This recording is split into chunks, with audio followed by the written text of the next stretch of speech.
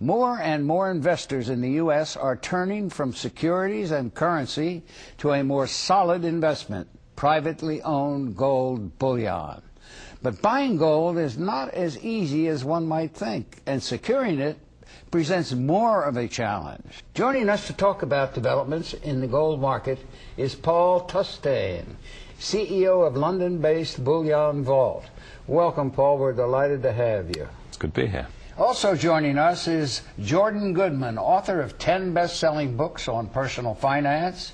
He is also the former Wall Street correspondent for Money Magazine and financial commentator for NBC News. Jordan, can you explain briefly how gold is traded on the main international markets?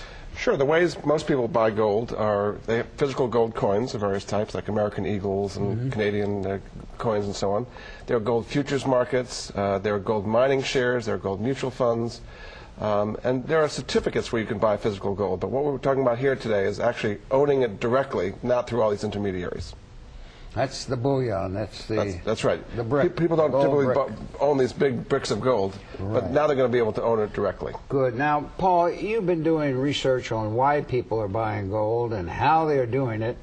What patterns do you see today? Well, we're seeing about 1,000 people a day now searching the internet for ways to buy gold.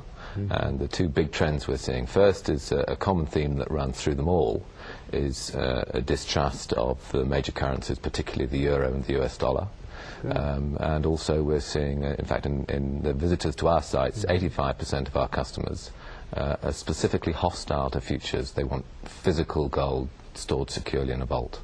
Now, Paul, why have physical bullion trading costs come down? Well, the problem in the bullion market for a long time has been that the bars are very big, and the professional bullion market requires that they have a continuous history in the vaults, all the way through in professional vaults back to the date of their original manufacture. Now, for private investors who typically don't want to buy a whole bar, if they take that gold or a small bar out of the bullion market, it immediately loses its integrity, and then it's lost probably 3, 4, maybe even 5% of its value to the professional buyers in the market. Paul, how has what you've been doing allowed the cost of trading of gold to come down?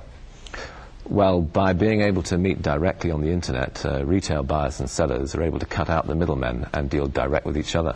For more, let's go to this World Business Review field report.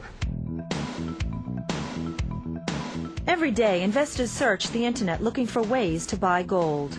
Bullion Vault has developed a new system based on privately owned gold bars, secured in the commercial bullion industry's vaults. People associate Brinks with armored car work on the streets, London, New York.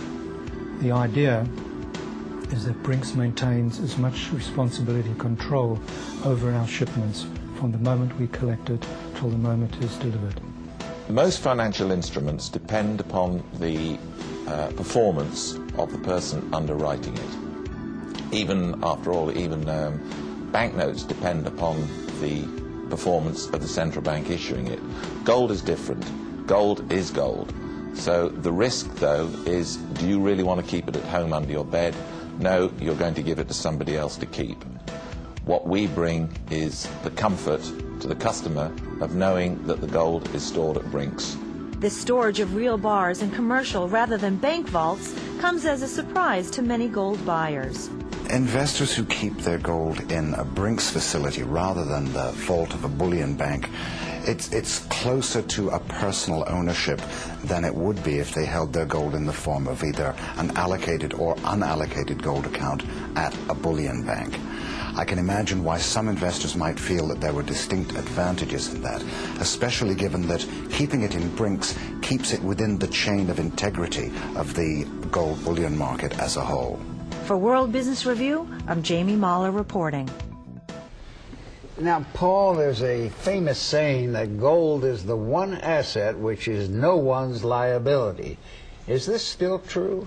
No, that's not really true. At least 95% of gold traded around the world now is in a notional form.